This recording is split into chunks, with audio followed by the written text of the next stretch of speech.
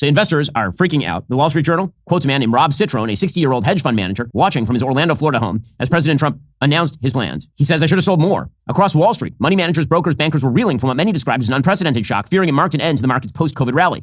They might have lived through a bigger market swing, but this one, induced by a U.S. president bent on establishing a new paradigm for global trade at the expense of both rivals and allies, felt incomparable because it was the result of deliberate policy. And this is the part, again, that is freaking out markets. Markets can price in external shocks pretty quickly, but if the question is you don't know what's going to happen next from the White House, people pull out their money in fear at what's going to happen next. Okay, so again, I don't know what revolutionizing the trade order looks like. What is the end goal of the trade order? If the end goal is everybody goes to zero on their tariffs and non-tariff barriers, sounds great.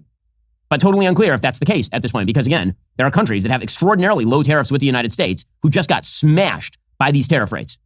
The idea that these are reciprocal tariffs or responsive tariffs, the problem there again is if I thought these were responsive tariffs, and I think if the market thought that, they'd be a lot more sanguine. Because the question is what comes next. Is President Trump going to try to cut bilateral deals with various countries to lower the tariffs back down to zero? Or is he doing this because he just doesn't like trade deficits? This is the problem I was pointing out yesterday. That giant poster board that he was holding up that showed quote unquote tariff rates for various countries on our goods. It's not true. Those were not tariff rates. They had nothing to do with tariffs. Those were trade deficits divided by imports.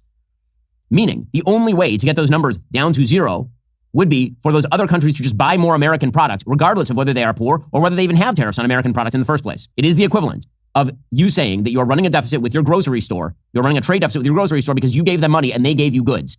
And the only way that you're going to achieve parity is by getting the grocery store to buy fan belts from your factory.